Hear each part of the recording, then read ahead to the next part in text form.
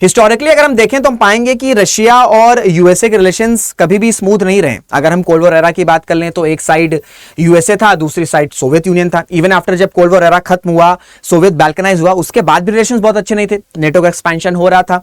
आज जो हम G7 कंट्रीज की बात करते हैं वो एक टाइम पर G8 था, रशिया भी उसका पार्ट था, लेकिन 2014 में G8 से रशिया को निकाल दिया गया और वो G7 हो गया वापस से। अभी जो हम बात करते हैं, क्यों? क्योंकि रशिया ने क्रीमिया की टेरिटरी को एनेक्स किया था। लेकिन ये जो बिटरनेस है, ये जो एक हिस्टोरिकली बिटरनेस देखी गई है, इसमें अब एक जबरदस्त बदलाव आ रहा है जब से डोनाल्ड ट्रंप यूएसए के प्रेसिडेंट बने। ऐसा क्यों? क्योंकि डोनाल्ड ट्रंप ने कहा था कि जो रशिया यूक्रेन वॉर है ये इसको एक दिन में खत्म कर सकते हैं, ठीक है। और जैसे ही प्रेसिडेंट बने, इसको खत्म करने का प्रोसेस भी बड़ी तेजी से शुरू हो गया। पीस समिट बुलाई गई सऊदी अरेबिया में, जहां पर यूएसए के ऑफिशियल्स थे एंड रशिया के ऑफिशियल्स थे। लेकिन इंटरेस्टिंग कैच ये रहा कि ना ही जेलेंस्की को इनवाइट किया गया इस पीस समिट में और ना ही कोई भी यूरोपियन लीडर प्रेजेंट रहा इस पीस समिट में। इसी वजह से एक पैनिक भी मचा हुआ है यूरोपियन कंट्रीज के लीडर्स में, उनके प्राइम मिनिस्टर्स में, प्रेसिडेंट्स में, कि ये जो पीस डील साइन होगी, कहीं ये पीस डील रशिया या व्लादिमीर पुतिन को ज्यादा फेवर ना कर दे। अब देखिए 3 साल हो चुके हैं रशिया यूक्रेन वॉर में, ठीक है। एंड इसमें डिस्कशन डिबेट ये चल रही है कि इस क्राइसिस को जीता कौन। तो ट्रंप जो ये कह रहे हैं कि पीस समिट में वो जेलेंस्की को नहीं इनवाइट करेंगे, ट्रंप जो कह रहे हैं कि जो जेलेंस्की है उन्हीं की वजह से वॉर शुरू हुआ, यूक्रेन की वजह से वॉर शुरू हुआ, ट्रंप जो कह रहे हैं कि जेलेंस्की एक डिक्टेटर हैं, तो क्या इन सब एलिगेशंस का ये मान्य निकलता है कि ट्रंप ने इनडायरेक्टली डिक्लेयर कर दिया है कि व्लादिमीर पुतिन और रशिया इस क्राइसिस के विनर हैं? इसी पर जो है आज हम चर्चा करते हैं। नमस्कार दोस्तों, मेरा नाम ऋषभ सिंह है and you are watching current affairs part by 247। इस तरीके की न्यूज एनालिसिस अपडेट्स आपको चैनल पर मिलती है तो रिक्वेस्ट है चैनल को सब्सक्राइब जरूर कर लीजिएगा। तो आज का सबसे इंपॉर्टेंट सवाल यह है कि has Trump declared Putin the winner of Russia Ukraine war? लेकिन ऐसा क्यों कहा जा रहा है? इसके कुछ इंस्टांसेस मैंने आपको बताया स्टार्टिंग में, वो ये है कि यूक्रेन को बुलाया नहीं गया, ठीक है। जो प्रेसिडेंट ट्रंप हैं वो एलिगेशंस लगा रहे हैं जेलेंस्की पर, कह रहे हैं कि आप डिक्टेटर हैं, आप तो विदाउट इलेक्शंस जो हैं वो यूक्रेन को रन कर रहे हैं, तो आपको बुलाने का कोई मतलब ही नहीं है। साथ ही साथ यूएस ने ये कहा था कि इस वॉर को वो खत्म कर सकते हैं कैसे, कि जो आज की डेट में यूएसए जब बाइडेन प्रेसिडेंट थे तो भर भर के सप्लाई की गई वेपन्स, मिलिट्री एड यूक्रेन को दिया गया, इन सब एड को वो रिड्यूस कर देंगे एंड अल्टीमेटली इसको बंद कर देंगे। तो इन सब वजहों के वजह से, ये सब जो चीजें ट्रंप ने करी हैं, इसके वजह से ये जो सवाल है ये बड़ी तेजी से एक डिबेट का एक डिस्कशन का मुद्दा बना हुआ है कि क्या ट्रंप ने जिता दिया है या डिक्लेयर कर दिया। हालांकि डायरेक्टली नहीं बोला है, लेकिन इस तरीके से जो इंस्टांसेस आ रहे हैं, जो इतना फेवर किया जा रहा है या इतना अग्रेसिवली बोला जा रहा है कि यूक्रेन की ही गलती थी, इस वजह से ये सारी चीजें चल रही हैं। तो इसको आज हम थोड़ा सा डिकोड करते हैं, क्या क्या इंस्टांसेस रहे हैं। देखिए आज की डेट में अगर मैं रशिया यूक्रेन वॉर की बात करूं तो 3 साल ये वॉर चला, अभी तक ये चल रहा है, क्राइसिस चल रही है। एंड आज की डेट में जो एडवांटेजेस पोजीशन पर है वो रशिया है। रशिया जो है आज की डेट में यूक्रेन में, अभी जितनी भी रिपोर्ट्स मैं पढ़ा हूं इस वीडियो को बनाने से पहले, यह बताया गया है कि अराउंड 20% का जो एरिया है, 20% जो यूक्रेन की टेरिटरी है, वो कहीं ना कहीं रशिया कंट्रोल करता है। एंड साथ ही साथ यूएस के जो डिफेंस सेक्रेटरी, उन्होंने एक और ही कैटेगोरिकली स्टेटमेंट कहा। देखिए जेलेंस्की जो है वो ये कहे कि ये वॉर, ये जो क्राइसिस है या जो पीस है तभी होगी जब रशिया जो टेरिटरीज एक्वायर किया यूक्रेन की उसको वो रिटर्न करेगा, एंड जो टेरिटरीज यूक्रेन के पास है वो रशिया को रिटर्न कर दिया जाएगा। लेकिन अब इसमें बयान सुनिए कि यूएस डिफेंस सेक्रेटरी क्या कह रहे हैं। वो ये कह रहे हैं कि returning to Ukraine pre 2014 borders is unrealistic objective. Pre 2014 का मतलब यह है कि साल 2014 में जो आपका क्रीमिया है उसको एनेक्स किया गया था। तो बात ये थी, जेलेंस्की ये कह रहे थे कि हमें क्रीमिया भी चाहिए, और जो ये क्राइसिस में 2022 में जो क्राइसिस शुरू है उसमें जो टेरिटरीज एक्वायर करी है रशिया ने, वो जब तक रशिया वापस नहीं करेगा तब तक ये वॉर बंद नहीं होगी। लेकिन यूएस के डिफेंस के सेक्रेटरी ने ये क्लियर कट कह दिया कि भैया 2014 से पहले की कंडीशन तो हो नहीं सकती है। तो 2022 की टेरिटरी छोड़िए, क्रीमिया को रिटर्न करने की जो डिमांड है जेलेंस्की की, उसको भी यूएस जो है वो खास सीरियसली नहीं ले रहा है।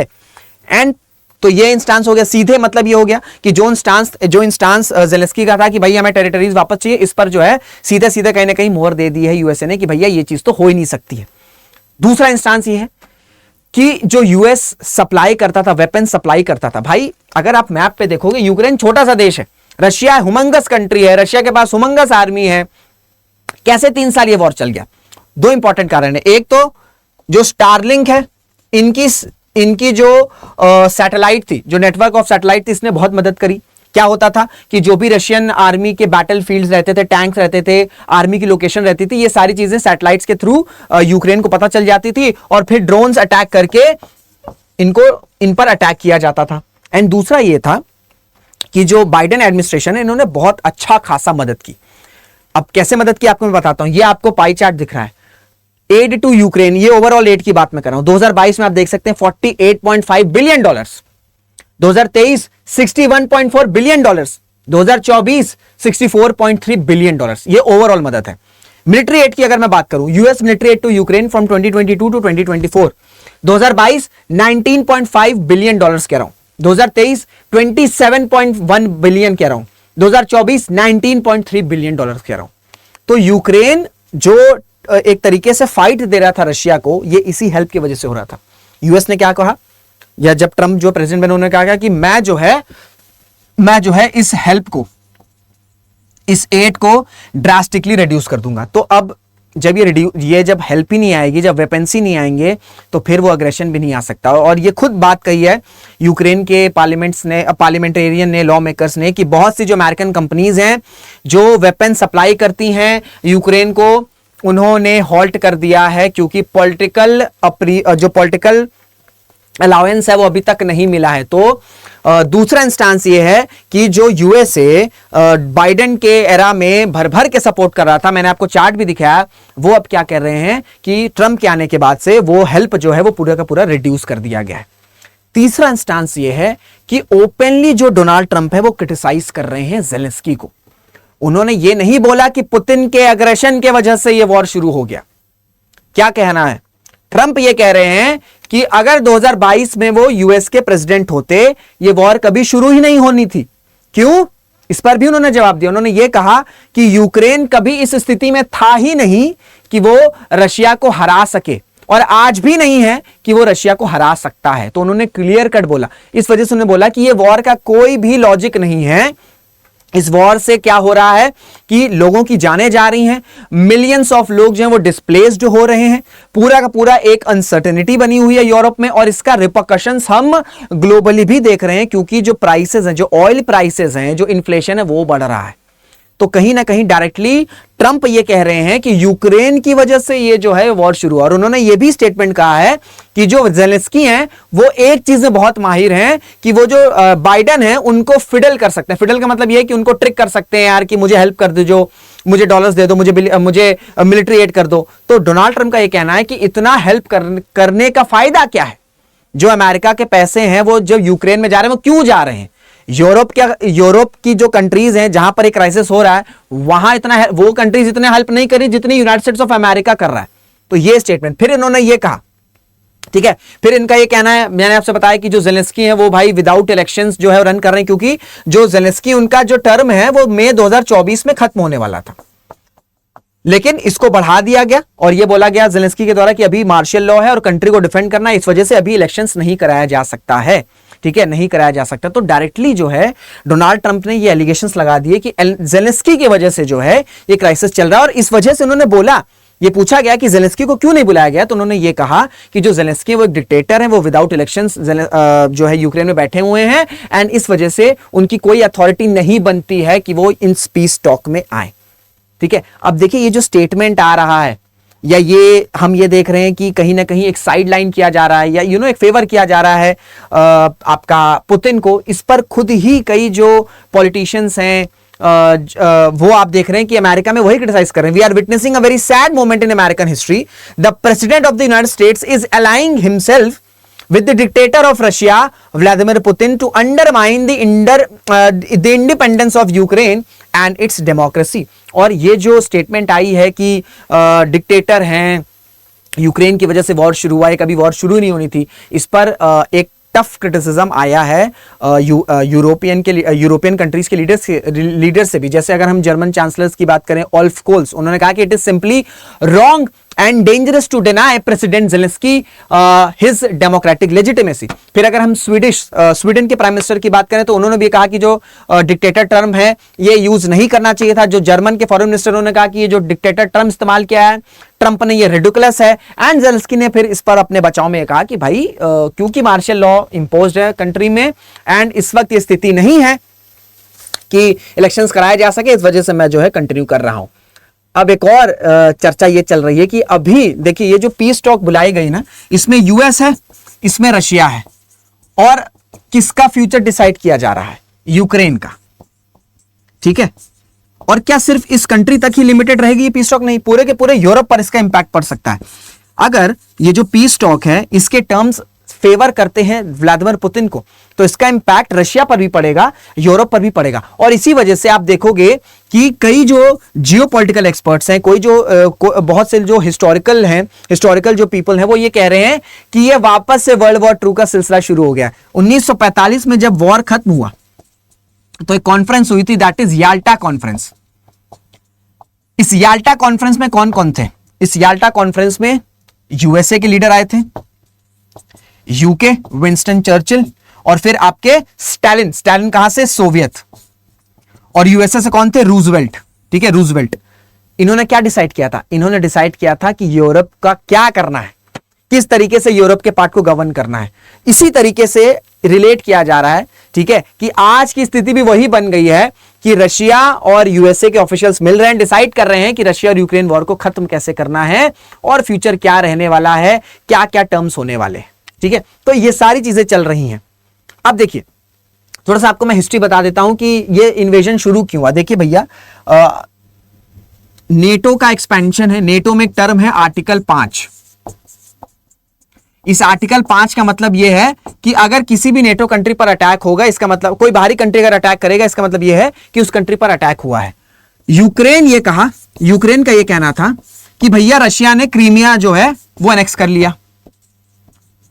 रशिया क्या कर रहा है कि कुछ ऐसे ग्रुप्स हैं जो कहीं ना कहीं यूक्रेन को तोड़ना चाहते हैं, स्पेशली ईस्टर्न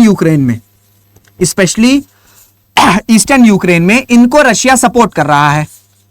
ठीक है, इनको रशिया सपोर्ट कर रहा है, अपना इन्फ्लुएंस जो है वो यहां पर रशिया जो है वो एस्टैब्लिश कर रहा है। तो इसी वजह से यूक्रेन ने कहा कि अगर हमें अपनी टेरिटरी को, अपनी सोवरेनिटी को बचाना है तो हमें नेटो में भैया शामिल कर लो। नेटो में शामिल हो जाएंगे तो अगर रशिया कल को इस तरीके से कुछ एग्रेशन दिखाएगा तो नेटो फोर्सेस बचाने के लिए आ जाएंगी। ये जैसे ही बात चली, रशिया ने क्या किया कि अपनी फोर्सेस को यूक्रेनियन बॉर्डर पर डिप्लॉय कर दिया।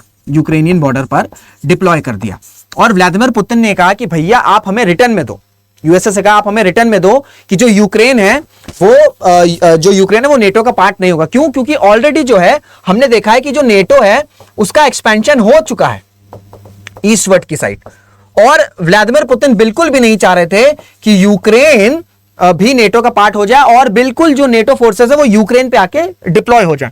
तो व्लादिमीर पुतिन ने कहा कि भैया हमें लिख कर दो, लिख कर नहीं मिला, रिटर्न नहीं हुआ, और यहां से जो है फिर आपका क्राइसिस शुरू हुआ जो अब तक चल रहा है। और यह भी आप प्रेजेंट सिनेरियो देख सकते हो कि किसके पास क्या टेरिटरी है। ये 20 फरवरी 2025, टाइम भी मैं देखिए एकदम प्रिसाइसली जो है मैंने आपके लिए एकदम पोस्ट किया है, 1:30 PM। ठीक है, 1:30 1:30 PM ये आप सिनेरियो देख सकते हो। एंड इसके अकॉर्डिंग जो है आपका जो यूक्रेन की टेरिटरी है उसके जो 20% है, जो एक्सपर्ट्स हैं या जो मैप्स है उसके थ्रू में पता चल रहा है 20% जो एरियाज है वो आज की डेट में कहीं ना कहीं रशिया जो है वो एक्वायर करता है या उसे वो ऑक्यूपाई किया हुआ है। एंड ये जो शर्त है ज़ेलेंस्की की पूरी की पूरी टेरिटरीज वापस आएगी तभी जो है उनको रिटर्न किया जाएगा, ये फिलहाल जो है अभी पूरा होता हुआ नहीं दिखाई दे रहा है।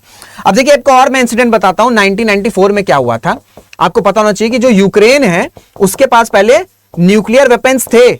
ठीक है, न्यूक्लियर वेपन्स थे। एक ट्रीटी साइन हुई, मतलब एक मेमोरेंडम साइन हुआ था, बुडापेस्ट मेमोरेंडम। इसके तहत क्या हुआ कि यूक्रेन ने कहा कि भैया हम अपने न्यूक्लियर आर्सेनल जो है वो हटा देते हैं, दे देते हैं, इसके बदले यूएस और रशिया जो है हमें डिफेंड करेंगे। लेकिन ऐसा हुआ नहीं। न्यूक्लियर आर्सेनल जो है वो तो दे दिया यूक्रेन ने, लेकिन फिर रशिया ने अल्टीमेटली इन्वेड कर दिया। तो सवाल ये बनता है, और हाँ देखिए आपको इस तरीके से आर्टिकल देखने को मिल जाएंगे यूरोप के इंपॉर्टेंट न्यूज़पेपर्स में। 29 times Donald Trump did what Putin wanted. Panic मचा हुआ है, European leaders battle for unity in new phase under Trump. क्यों? क्योंकि ट्रंप का यह कहना है कि भैया नेटो में जो डिफेंस का जो नेटो कंट्री, जो यूरोपियन कंट्रीज हैं, वो अपना डिफेंस बजट बढ़ाएं, 5% तक करें, ठीक है, 5% तक करें। इसका मतलब यह है, जो ट्रंप है वो ये कह रहे हैं कि भैया जो यूएसए गारंटीड करता है यूरोप की सिक्योरिटी, उससे वो अब कहीं ना कहीं अपने आप को बैकफुट पर करना चाह रहे हैं, और इसी वजह से उन्हें बहुत ज्यादा नेटो पर भी एज सच जो है ट्रंप ने क्रिटिक ही किया है। तो इस वजह से ये जो पीस डील हो रही है, या जो ट्रंप जो है वो पुतिन के कहीं ना कहीं एक तरीके से फेवर तो नहीं, लेकिन हाँ एक सॉफ्ट स्टांस रखे हैं, ये यूरोप की पॉलिटी और सिक्योरिटी को पूरी तरीके से बदल सकता है। इसी वजह से डिबेट चल रही कि क्या डिक्लेयर कर दिया है डोनाल्ड ट्रंप ने विनर, कि हां भाई रशिया यूक्रेन क्राइसिस का जो विजेता है वो है व्लादिमीर पुतिन। ये डिस्कशन डिबेट चल रही है, डायरेक्टली नहीं कहा है, लेकिन इनडायरेक्टली जो मैंने आपको इंस्टांसेस बताए, इसके बेसिस पे आपको क्या लगता है, क्या ट्रंप ने फेवर किया है, क्या ट्रंप ने डिक्लेयर कर दिया है कि हां व्लादिमीर पुतिन ही जो है वो विनर है, या आपको लगता है कि उन्होंने बिल्कुल सही किया है, जो एक्चुअल चीजें थी वही हुई? जो भी आपकी राय है कमेंट बॉक्स में जरूर से बताइएगा। वीडियो अगर अच्छी लगी तो शेयर जरूर से करिएगा, लाइक जरूर से करिएगा, कमेंट भी जरूर से करिएगा। तो इसी के साथ वीडियो को एंड करते हैं, मुलाकात करेंगे आपसे अगले वीडियो में। जय हिंद, जय भारत।